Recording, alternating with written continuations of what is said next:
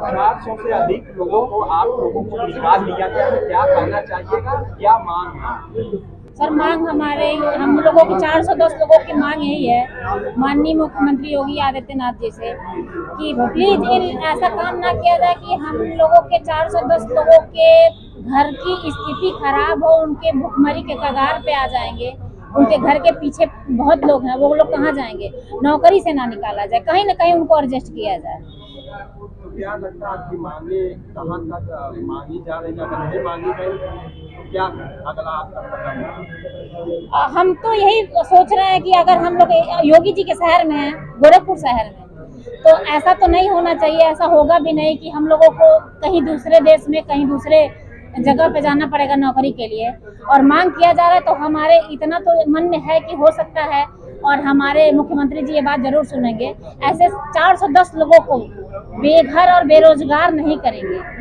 क्या लगता है न्याय मिलने की उम्मीद है? माननीय सांसद जी के पास तो हम लोग ज्ञापन दिए थे, उन्होंने तो कहा था इस विषय पर चर्चा करेंगे, माननीय मुख्यमंत्री जी से अनुरोध करेंगे और आप लोगों की जो है वो बातें हैं वो पहुंचाए जाएंगे और कुछ न कुछ जरूर किया जाएगा। और आज हम लोग प्रेस क्लब में इसलिए आए हैं कि हम लोगों की बातें माननीय मुख्यमंत्री योगी आदित्यनाथ तक पहुंचाई जाए कि सर हम 410 बेरोजगार हो रहे हैं, कहाँ जाएंगे? ठीक है, हमारी वही है स्ट्रेंथ की क्या नाम है, ये हम लोग उसी पे जाते हैं आउटसोर्स पे। आउटसोर्स वालों को तो हर रोज पेपर में निकलता है सर कि आउटसोर्स वालों को कहीं से हटाया नहीं जाएगा, फिर 410 लोगों को क्यों हटाया जा रहा है? सर मेरा नाम मंदाकिनी पांडे है।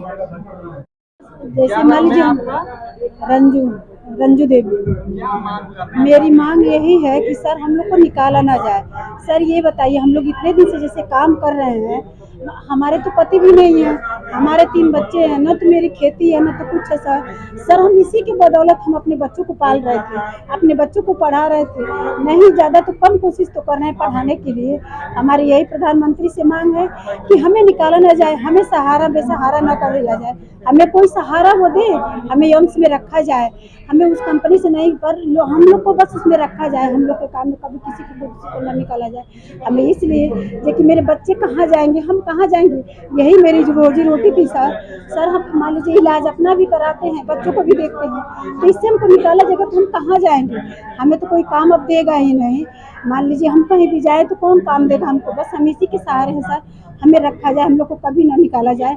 हम जितने हम लोग 410 वार्ड हैं, हमको सबको रखा जाए ताकि हम अपने बच्चों को पढ़ा सके, लिखा सके, कुछ खिला सके सर हम नहीं रहेंगे। अभी तो हम जिस दिन से सुने हैं सर, हमें चक्कर भी आते हैं, ये नहीं सोच रहे हैं कि हम सब्जी लाएंगे कैसे, अगला कैसे। मेरे बच्चे हमको समझाते कि मम्मी मत रोइए, कुछ तो होगा, अभी हमारे बच्चे छोटे हैं। तो बताइए सर हम क्या करेंगे? ये भी तो मेरा तो कोई सहारा भी नहीं है, बस मेरी नौकरी यही मेरा सहारा है। इसीलिए हम प्रधानमंत्री से, सांसद से सबसे गुजारिश कर रहे हैं कि हम लोग को निकाला ना जाए, हमारा सहारा मत छीना जाए सर। लेकिन हम लोग कैसे रहेंगे सर? हम कैसे क्या कर सकते, कहाँ से खिलाएंगे पिलाएंगे जिलाएंगे सर? बस हमारी यही गुजारिश है सर कि